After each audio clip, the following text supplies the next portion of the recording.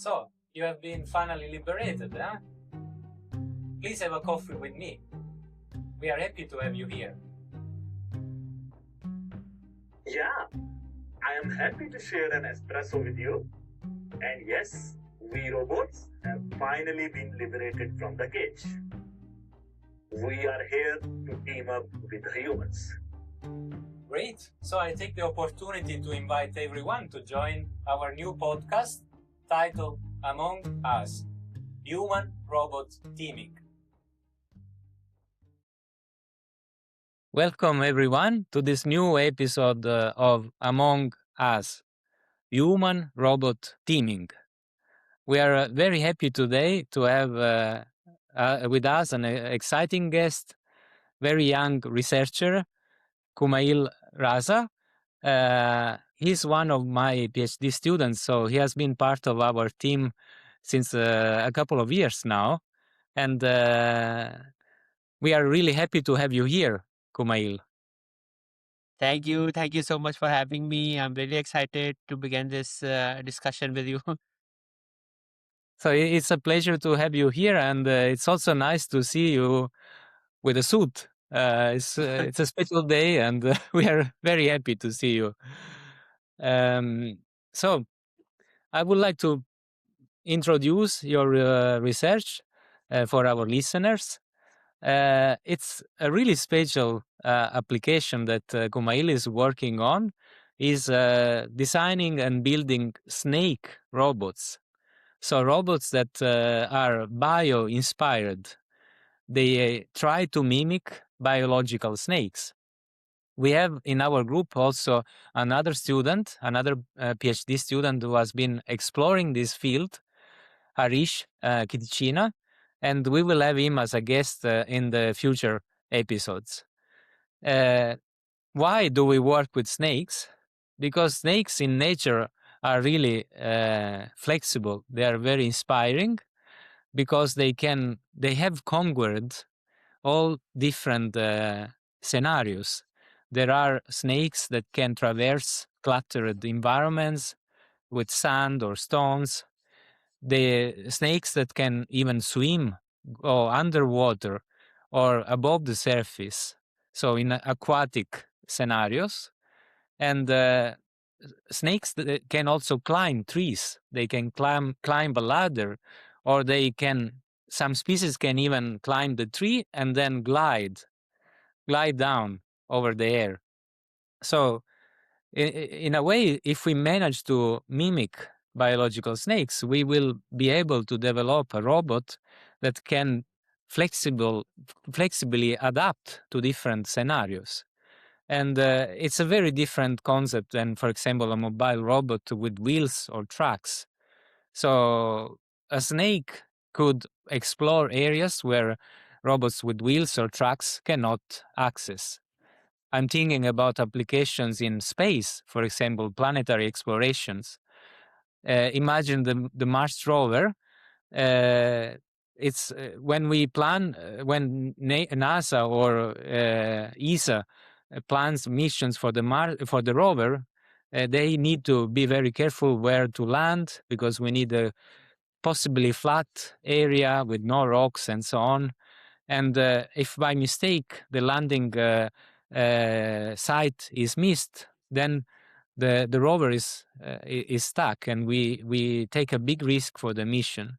Instead, snake robots could actually benefit from having obstacles and to navigate more efficiently in areas that other mobile robots cannot access.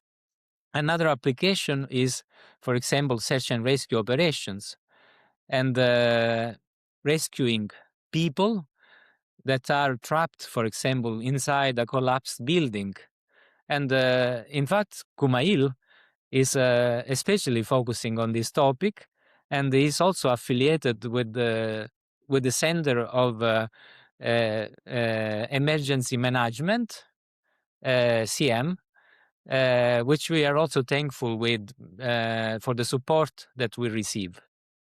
So let's start with digging into your research, Kumayl. Would you like to tell us a little bit more about snake robots and how do they Yes. connect with the idea of human robot teaming? Yes. So first, I would say thank you very much for having me once again.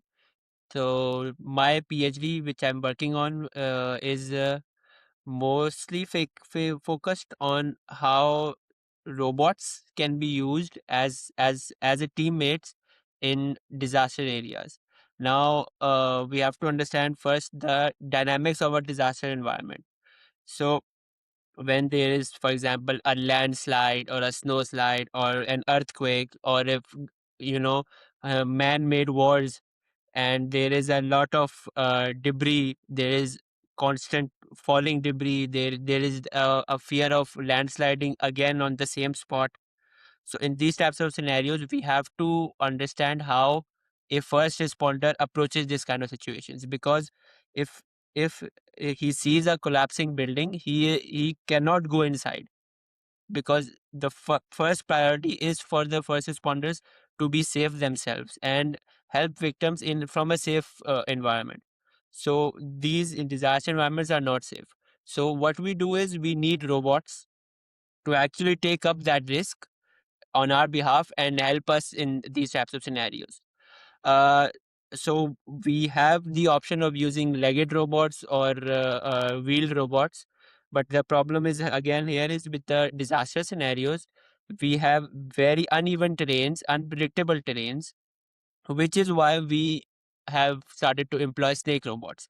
Now, the beauty of snake robots is because of their redundant degrees of freedom, they can essentially navigate through any type of terrain, especially because the locomotion style of snakes is such that it uses the terrain as a helping hand, for example, to locomote. So, in case of a legged or wheeled robots, you either need a relatively flatter surface, or if there's like a big obstacle, these robots would try to move away from them. So this is basically obstacle avoidance. They try to achieve obstacle avoidance with these types of terrains. But with snake robots, what snakes do is they use these obstacles as aid to push themselves and to locomote through different types of uneven terrain. So that's why snake robots, they have with this complex structure, they can locomote through different types of terrains far easily and far better, which would help in these disaster scenarios. Very good, Kumail.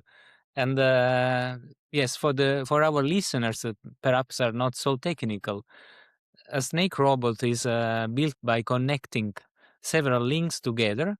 And actually, the design that we are trying to achieve within our team is a modular design. So there are several links, identical links connected together. There are no wheels. So we are also investigating, for example, the possibility of designing an artificial skin, because one of the secret of snakes is their skin. So their skin is designed so that they can smoothly go across. They can follow the path, but it's very hard to for them to drift across the path. So it's like having, if just to visualize it for our listeners, imagine the cheese grater, right? So the patterns that you have on the cheese grater, that's very similar to the skin of the snake, and that's what we are trying to mimic with our design. And just one more comment to what Kumail said. Uh, the main focus is definitely the aftermath of a disaster. But, if we refer to the literature in disaster areas or search and rescue operations, we have this cycle of 4 phases that covers the entire lifespan of a building or an asset. So, for example, way ahead of the disaster, this phase is called preparedness. So we prepare. We make sure as much as possible that we can avoid the disaster to happen.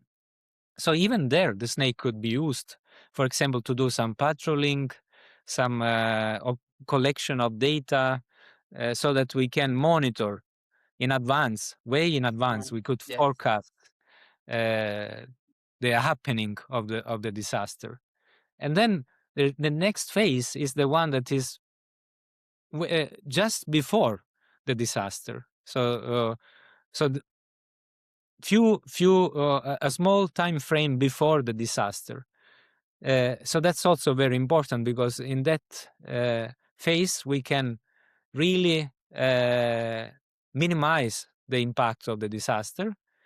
And then, of course, the disaster strikes, and then it's the recovery phase. So basically, we can use the snake robot across different phases, and of course not as the only robot, the only solution to the disaster, but in a environment where we have to collaborate with different robots, but also with different actors, human actors or human players. So Yes. you already mentioned potential victims. You mentioned first responders like fire stoppers, policemen. So there are several actors involved in this kind of scenarios, which is really multi. It's very diverse. We have different robots, maybe drones flying, maybe robots with tracks, maybe with a mounted robotic arm to remove some debris or stones or rocks, and the snake robot could be an additional tool that we deploy in such a scenario. And then we have the heterogeneous team with humans. So in this perspective, like we are really entering the topic of search and rescue operation. And you can tell us a little bit more about this vision of how we can benefit from having these snake robots in this scenario.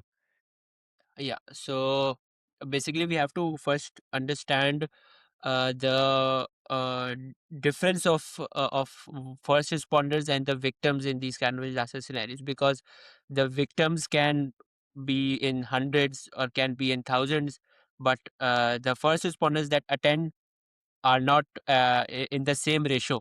They are far less. So we need to understand that the first responders have a lot of things to do in this kind of search and rescue.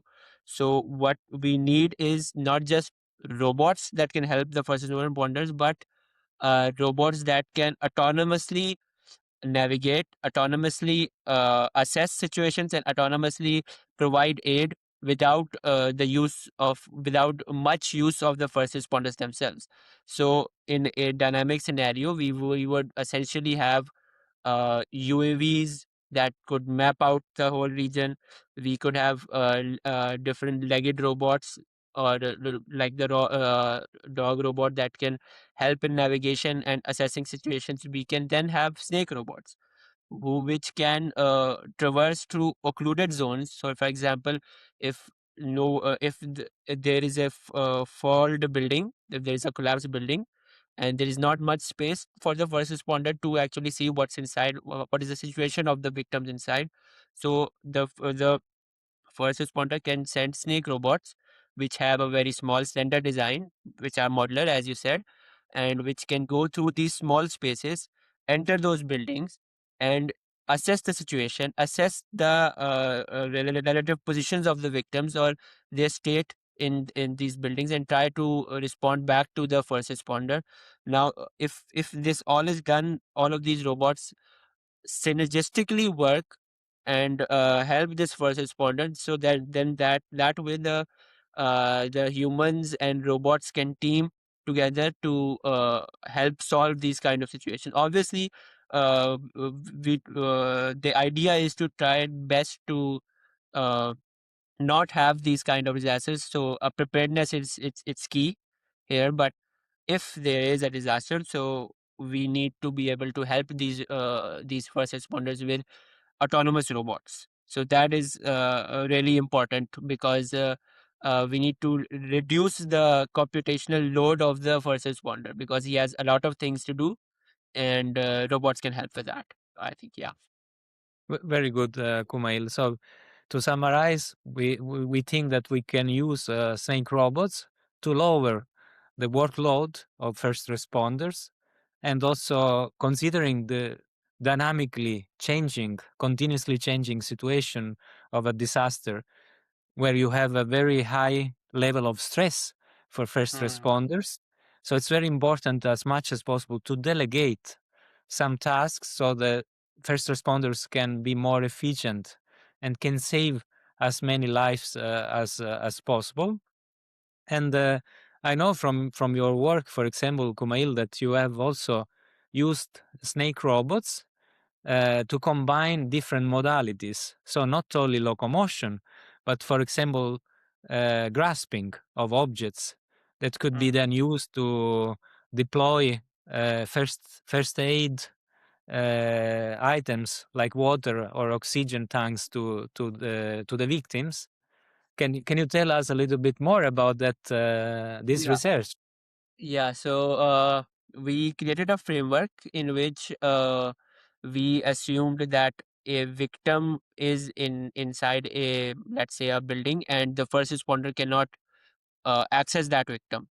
But because of the dynamic terrain, there is, for example, a maze for the snake robot to traverse through to get to the victim.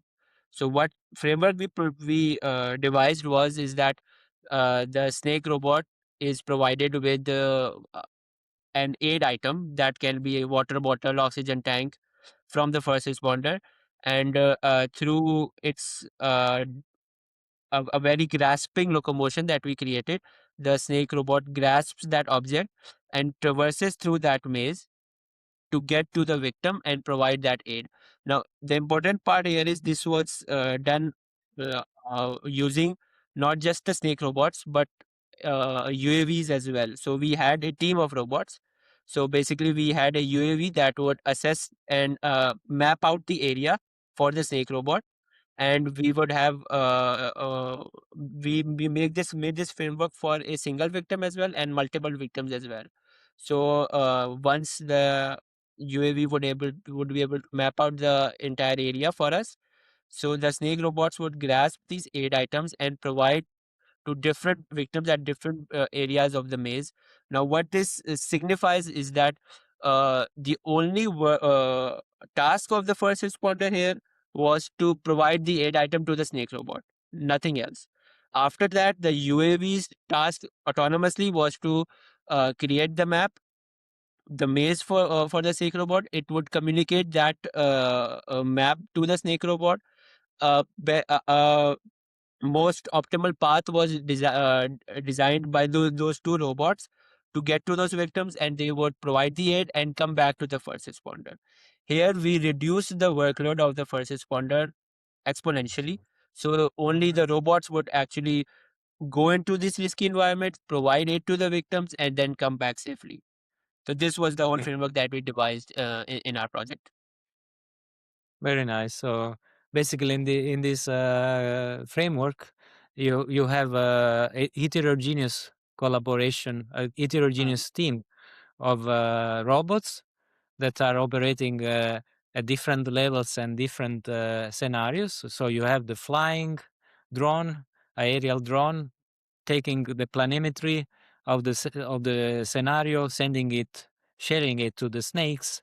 The snakes are working in parallel, so there is a team of snakes, and so in this way we are parallelizing their efficacy to deliver first aid to the victims, and at the same time of obviously lowering the workload for the fire stoppers or the first responder.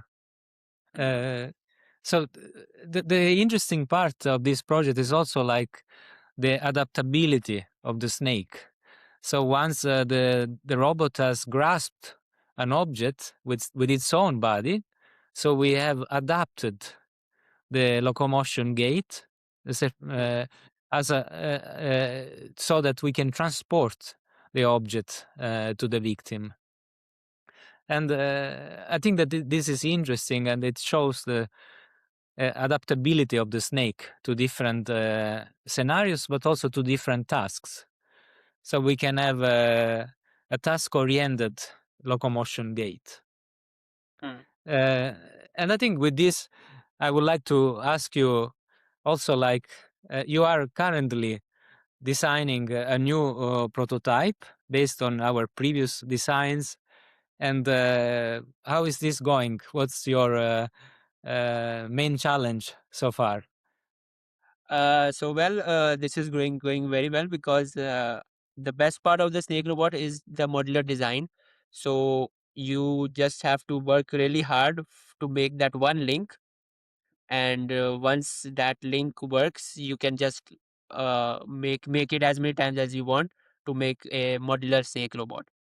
So I would say that challenges that right now we are facing is how we can mimic the skin of the snake robot, because the skin of the snake robot is a very marvelous thing, I would say, because it is very adaptive to the terrain.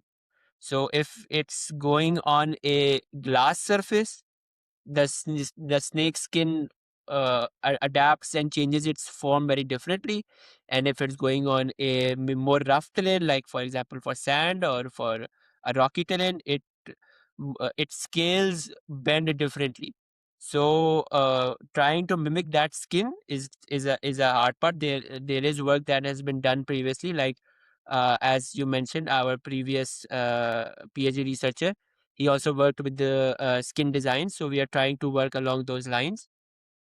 So what we are trying to do is at the direction of motion, we want the skin to be have very low force feedback force, and uh, on the lateral direction of our motion, it should have maximum force to resist that motion. So this type of designs we are trying to make and trying to mimic with that. And for now we're just working with planar snake robot, so it's just trying to work on 2D planes, but we are also in the future working to get it on working on the z-axis as well. So we have seen designs where the snake robots can wrap around itself around trees or pipes, and in a helical motion they try to go upwards or downwards. So that is also our future goal, but right now we're working with planar robots. And what we're trying to do with this skin is try to understand different terrains.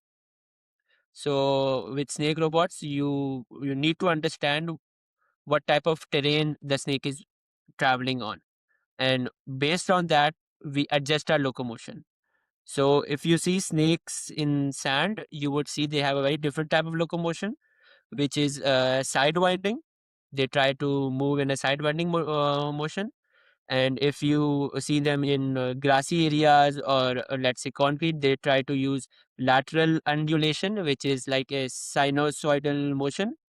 So that the snake itself is very adaptable to its terrain. So we're trying to create a system using the snake and the motors to decide which terrain the snake traverses on and adapt its locomotion accordingly. So that is And basically our main for goal. Yeah. our listeners, like, they might wonder, why have we not seen yet a snake robot used in real life? There are several groups that are working on snake robots in the world. Not too many, but some of them we are already collaborating with, and we are happy to continue this collaboration. For example, with the Norwegian University of Science and Technology, NTNU, and Professor Christian Petersen. And also in Japan, we have some connections there with one of the pioneers in snake robotics, Professor Shugen Ma and his group, and also Atsushi and his group. Our PhD candidate Harish has visited this group. So we are learning from each other. We are trying to help developing snake robotics. But one of the main challenges, as Kumail just mentioned, is that we don't see snake robots in real life, because it's very difficult for them to adapt to a terrain with different friction properties. So, for example, imagine the transition, especially the transition phase from one terrain to a different one. For example, from an icy surface where you have very little friction to a terrain with rocks or sand. So the friction properties of these two terrains are going to be so different that the locomotion gait of the snake must be adapted. And Kumail has started exploring these aspects, starting from a simulated environment.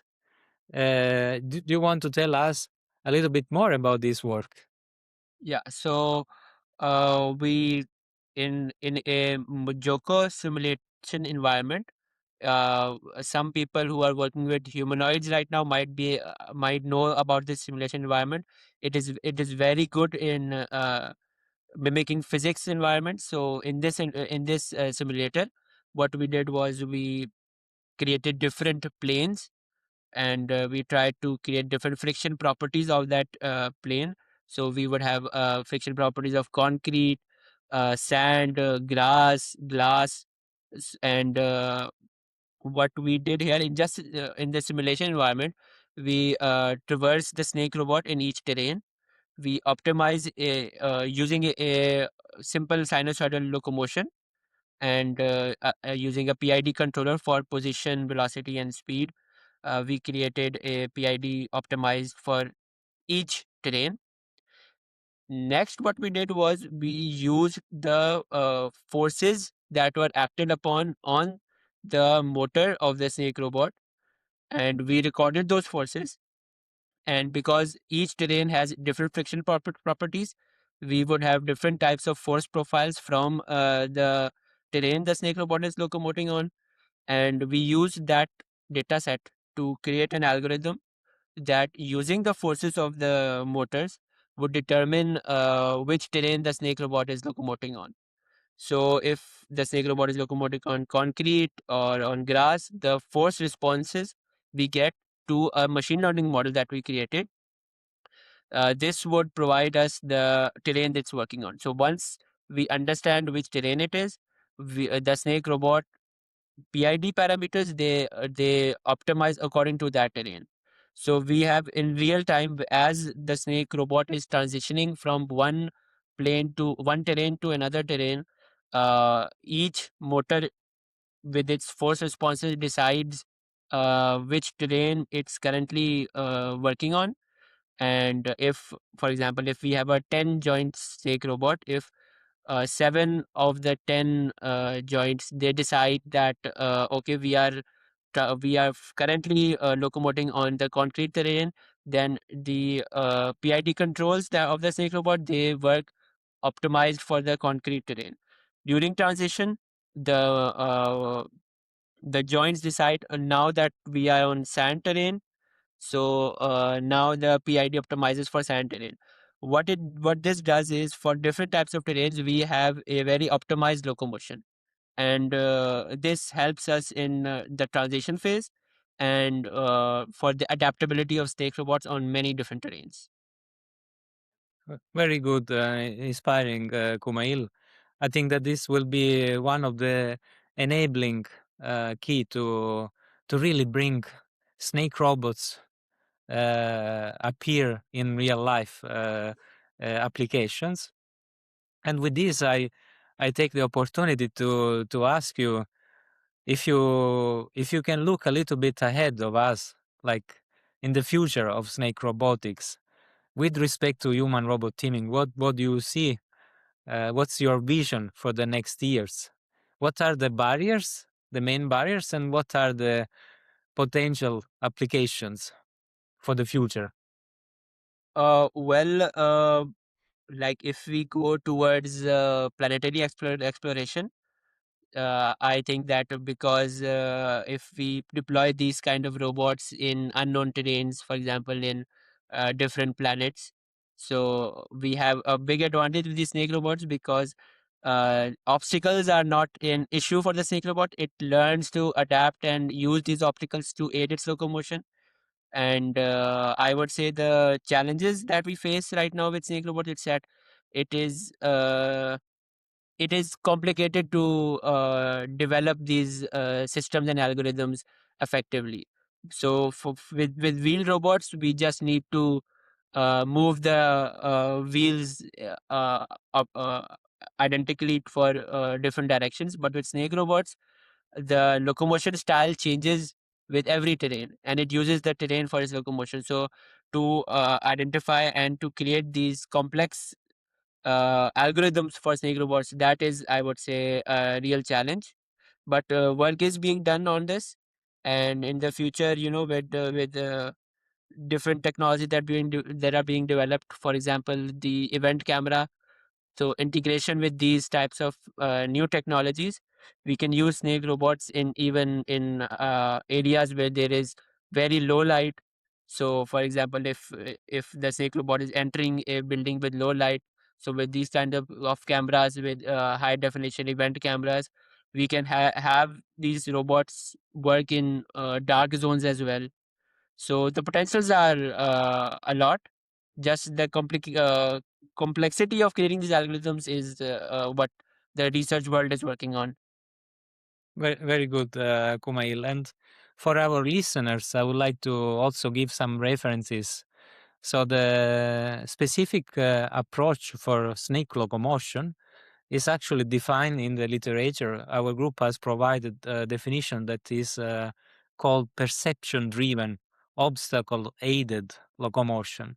So it's the abbreviation is PAUL, and actually the definition itself gives highlights the complexity of this kind of locomotion. So the perception part is very important, and that's what Kumail has started developing in a simulation environment. How we can perceive the different terrains, how we can recognize them. Um, so, and then obstacle aided, it means that we use obstacles actually. We don't avoid obstacles as we would do with uh, wheeled robots or tracked robots. We actually use them to push against them and go forward, propel forward. And also, I want to mention like the possibilities of adapting to different terrains, and the possibility that we are exploring currently are mostly looking at local locomotion, so limited in space, right? Because so far we have mostly used tactile and force sensors. But as Kumail just mentioned, if we want to do global planning and locomotion, so if we want to look ahead, if we have a target, then we would need to integrate smarter sensors, for example, event-based cameras. Then you could do path planning, you could do perhaps even SLAM, simultaneous localization and mapping together with other sensors. So we will have to, in my opinion, we will have to improve the design of the snake step by step so that we can more and more achieve complex tasks. And of course, we can benefit from borrowing sensors from other fields and borrowing algorithms from other fields of research. And with this, I think we can conclude our episode. And again, Kumail, thanks for joining us today. Thank you so much for having me. This was really fun to talk about my work and see what potential, like if the listeners are interested in this work, we are happy to collaborate. If you have different ideas, we would like to work together on this because this is a very emerging field and we would like to work more on this. That's exactly the spirit. We want to collaborate. And with this, I take the opportunity to invite a few potential guests for the next episodes, working on snake robotics from Norway, from Japan. I really look forward, for example, to discuss with them uh, next challenges and opportunities. Hmm. And with this, I take the opportunity to remind our listeners to wait until the end of the episode, because we are going to play our anthem. It's a song that we have written, and it's titled "Among Us: Human Robot Teaming." So enjoy listening to the song, and see you again next time. Thank you. Thank you so much. See you. Bye bye.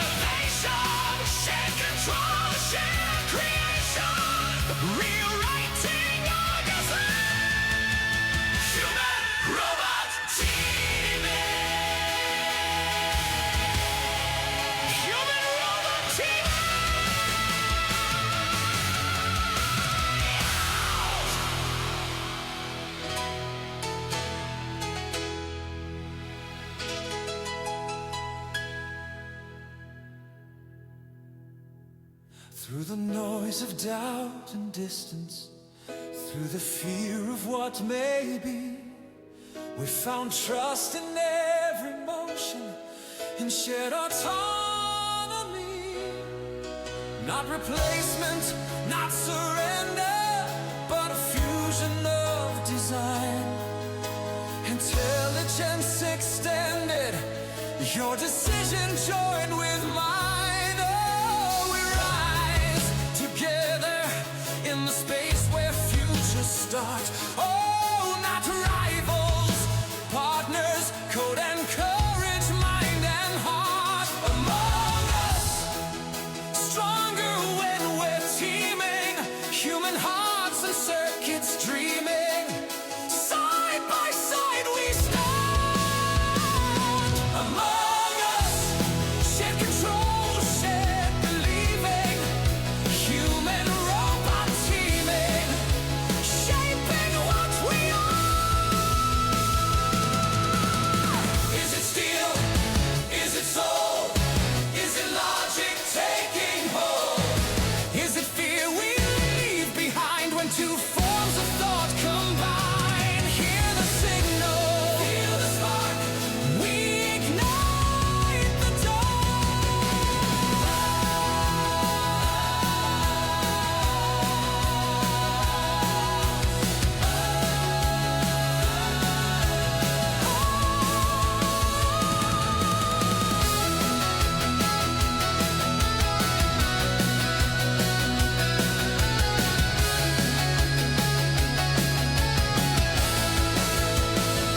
among us. Now the future's breathing, human minds and systems